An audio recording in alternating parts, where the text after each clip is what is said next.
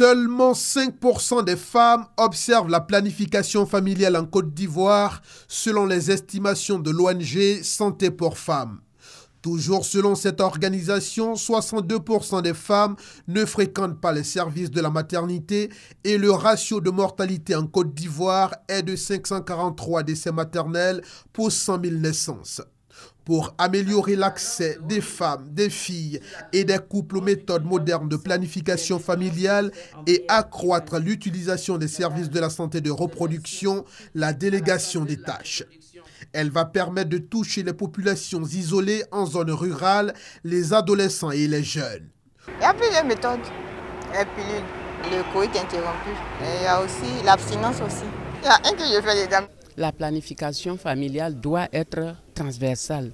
C'est des questions qui restent encore un peu tabous dans nos sociétés et nous voulons lever ces verrous liés à la culture.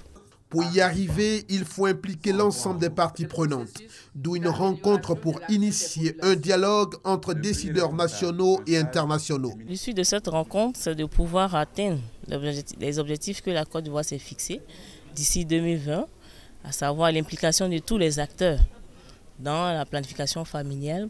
Des organisations de la société civile appuyées par l'Agence française de développement et la Fondation Bill et Melinda Gates conjuguent leurs efforts pour contribuer à l'amélioration du statut, des droits et de la santé sexuelle et reproductive des femmes et des adolescentes en Afrique de l'Ouest, ce qui devrait favoriser leur accès à la contraception.